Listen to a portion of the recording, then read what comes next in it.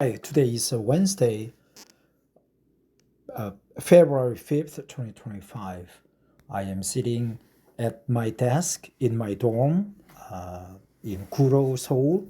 Guro is the western tip of Seoul and it borders with Incheon City. Today was very cold as it was yesterday, but I'm back from exercising at the gym. I just lifted some weight. I've done weightlifting recently when I was a soldier with the U.S. Army. As a Katusha soldier, I pulled weight. I lifted weight almost every day at the Army base in Daegu, Camp Henry, Korea. If you were a Katusha soldier, or if you are or were the U.S. Army soldier, my unit was a 516th, then 516th PSC. Now it's the 516th PSB, right? Personal Service Battalion. We belong to 8th PERSCOM, Personal Service Command. Well, that's why I started to learn English, and I kept the work of reading English every day. So as with other days, I would like to read this article to finish things up for the day. So far this morning, I've read 3 articles, but they all didn't add up to be of the length of 30 minutes. So I'm going to read this article to make it more than 30 minutes. This article is from the Western Journal, Equipping Readers with the Truth. I think this article is on the far right, rightist article. If you noticed, Trump is the far rightist, and he wants to make America great again. Usually that means he requests the U.S. citizens to sacrifice their individual rights and democratic rights, or even human rights, to make America great again. I think it's okay, but sometimes it can backfire, so you gotta be careful. What a difference PATAS makes. Army recruiting for December and January both shatter records going back years, right? PATAS, President of the United States, PATAS. President Donald Trump reviews the troops during his inauguration ceremony in Washington, D.C. on January 20th. Greg Nash, Pool, AFP, Getty Images. Defense Secretary Pete Hegseth confirmed confirmed Tuesday the preliminary recruitment figures for the military show how interest in serving is quickly rising under President Donald Trump. Hegseth revealed that the Army had its best recruitment totals in 12 years in December 2024, the first full month after Trump was re-elected. That was followed by the best recruiting numbers in 15 years as of January 2025, the month in which Trump officially took office. The conclusion Hegseth drew is that America's youth want to serve under the bold and strong America First leadership offered by Trump. Breaking. Pete Hegseth. In December 2024, the U.S. Army had its best recruitment number in 12 years. In January 2025, the Army hit its best recruiting number in 15 years. Bottom line, America's youth want to serve under the bold and strong America First leadership of real Donald Trump. The Army now expects to add 10 more basic training units in April across Fort Leonard Wood, Missouri, and Fort Sill, Oklahoma.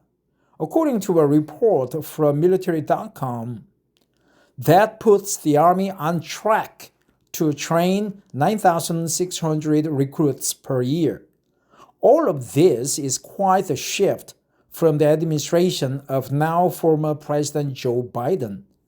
The Pentagon started Biden's term with a disastrous withdrawal from Afghanistan, a reality that surely did not give young Americans the confidence to put their lives on the line.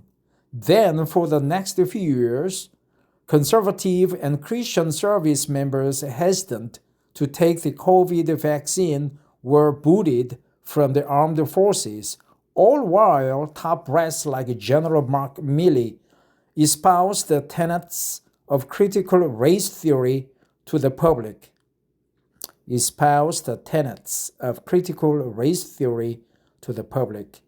But the new leadership indeed seems to be inspiring confidence. One of Trump's first actions in office was to offer full rank and back pay for service members kicked out for refusing the COVID vaccine if they choose to resume their military careers. Wow. One of Trump's first actions in office was to offer full rank and back pay for service members kicked out for refusing the COVID vaccine if they choose to resume their military careers. Beyond those sorts of moves, Trump himself has projected strength and aggression in a way that Biden never could, even in the latter's best years of serving as a career politician. Hegseth, a combat veteran, may have the same effect in the minds of potential recruits. Unlike his predecessor, now former Defense Secretary Lloyd Austin, Hegseth speaks frequently and frankly about restoring a warrior ethos to the armed services.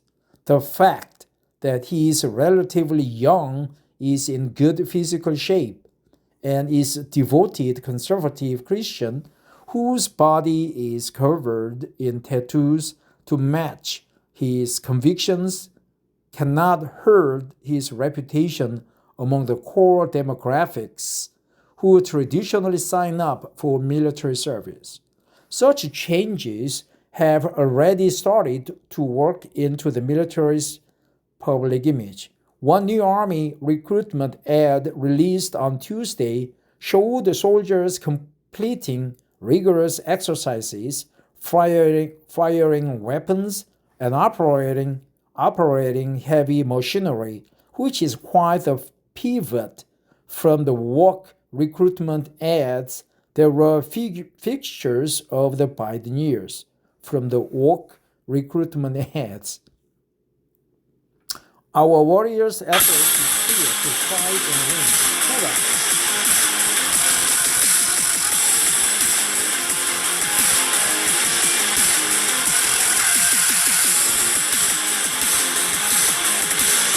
Yeah, I was with the U.S. Army for 2.5 years.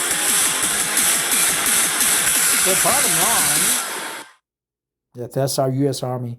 The bottom line is that leadership matters, especially in a context like the armed forces, where a lack of competent and clear-minded leadership can make the difference between life and death.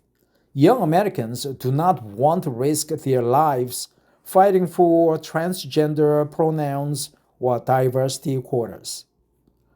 They may, however, risk their lives fighting for their country under leaders who are equally devoted to defending that country. Truth and accuracy. Submit a correction. We are committed to truth and accuracy in all of our journalism. Department of Defense, Donald Trump.